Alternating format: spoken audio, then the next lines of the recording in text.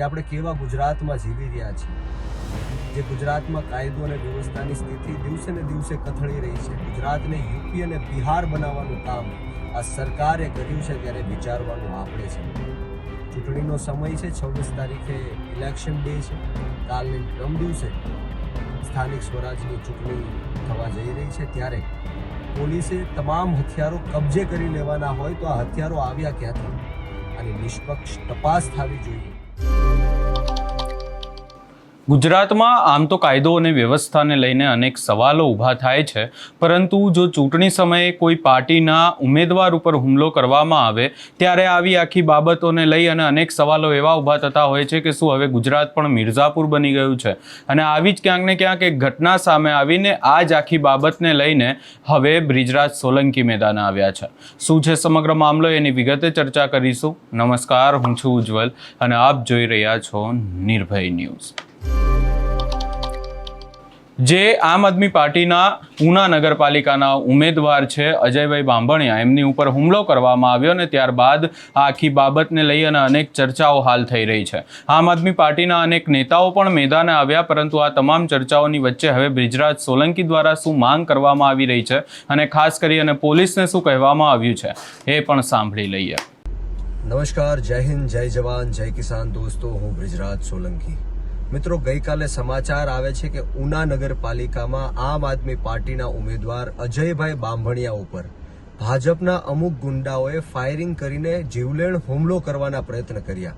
આજે અજયભાઈ બાંભણિયા હોસ્પિટલ ખાતે સારવાર હેઠળ છે, ત્યારે જલ્દીમાં જલ્દી અજયભાઈ સાજા થઈ જાય એવી માતાજી પાસે પ્રાર્થના કરું છું. પરંતુ ગુજરાતની જનતાને મારે કહેવું છે કે આપણે કેવા ગુજરાતમાં જીવી રહ્યા છીએ, જે ગુજરાતમાં કાયદો અને વ્યવસ્થાની સ્થિતિ દિવસે ને દિવસે કથળી રહી છે. ગુજરાતને યુપી અને બિહાર બનાવવાનું કામ આ સરકારે કર્યું છે, ત્યારે વિચારવાનું આપણે છે. મિત્રો, ચૂંટણીનો સમય છે, 26 તારીખે ઇલેક્શન ડે છે.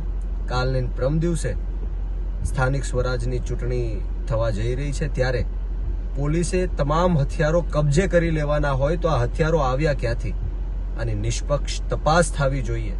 હું હર્ષ સંઘવી, જે ગુજરાતના ગૃહમંત્રી છે, ડેપ્યુટી સીએમ છે, એમને કહેવા માંગુ છું કે તાત્કાલિક ધોરણે સમગ્ર ગુજરાતમાં આમ આદમી પાર્ટીના 5000 કરતાં પણ વધારે ઉમેદવારોને પ્રોટેક્શન આપવામાં આવે. જે રીતના એમની ઉપર હુમલાઓ થાય છે, એમને લાલચ આપવામાં આવે છે, કિડનેપિંગ થાય છે, મારવાનો તો દૂર, પરંતુ હવે તો ફાયરિંગ ઉપર ઉતરી આવ્યા છે. જીવ લેવાના મૂડમાં આ ભારતીય જનતા પાર્ટીના લોકો અને એમના ગુંડાઓ આ ગુજરાતની ચૂંટણીઓમાં હવે ઉતર્યા છે, ત્યારે મારે હર્ષ સંઘવીને કહેવું છે કે તાત્કાલિક ધોરણે નિષ્પક્ષ તપાસ કરવામાં આવે, અજયભાઈ બાંભણિયાને ન્યાય અપાવવામાં આવે અને ગુજરાતની જનતાને પણ કહેવું છે કે જરા એકવાર વિચારો કે આપણા બાળકોનું ભવિષ્ય કોના હાથમાં છે.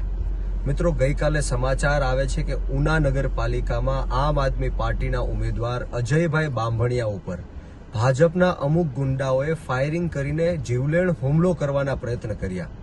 આજે અજયભાઈ બાંભણિયા હોસ્પિટલ ખાતે સારવાર હેઠળ છે, ત્યારે જલ્દીમાં જલ્દી અજયભાઈ સાજા થઈ જાય એવી માતાજી પાસે પ્રાર્થના કરું છું. પરંતુ ગુજરાતની જનતાને મારે કહેવું છે કે આપણે કેવા ગુજરાતમાં જીવી રહ્યા છીએ, જે ગુજરાતમાં કાયદો અને વ્યવસ્થાની સ્થિતિ દિવસે ને દિવસે કથળી રહી છે. ગુજરાતને યુપી અને બિહાર બનાવવાનું કામ આ સરકારે કર્યું છે, ત્યારે વિચારવાનું આપણે છે. મિત્રો, ચૂંટણીનો સમય છે, 26 તારીખે ઇલેક્શન ડે છે.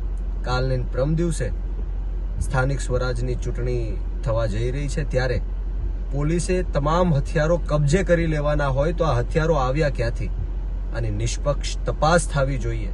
હું હર્ષ સંઘવી, જે ગુજરાતના ગૃહમંત્રી છે, ડેપ્યુટી સીએમ છે, એમને કહેવા માંગુ છું કે તાત્કાલિક ધોરણે સમગ્ર ગુજરાતમાં આમ આદમી પાર્ટીના 5000 કરતાં પણ વધારે ઉમેદવારોને પ્રોટેક્શન આપવામાં આવે.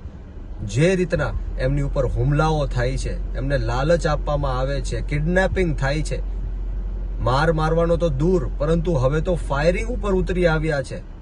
જીવ લેવાના મૂડમાં આ ભારતીય જનતા પાર્ટીના લોકો અને એમના ગુંડાઓ આ ગુજરાતની ચૂંટણીઓમાં હવે ઉતર્યા છે, ત્યારે મારે હર્ષ સંઘવીને કહેવું છે કે તાત્કાલિક ધોરણે નિષ્પક્ષ તપાસ કરવામાં આવે, અજયભાઈ બાંભણિયાને ન્યાય અપાવવામાં આવે અને ગુજરાતની જનતાને પણ કહેવું છે કે જરા એકવાર વિચારો કે આપણા બાળકોનું ભવિષ્ય કોના હાથમાં છે.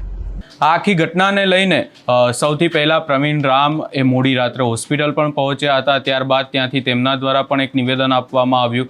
ત્યારબાદ ગોપાલ ઇટાલિયાએ સોશિયલ મીડિયા ઉપર એક પોસ્ટ કરી હતી.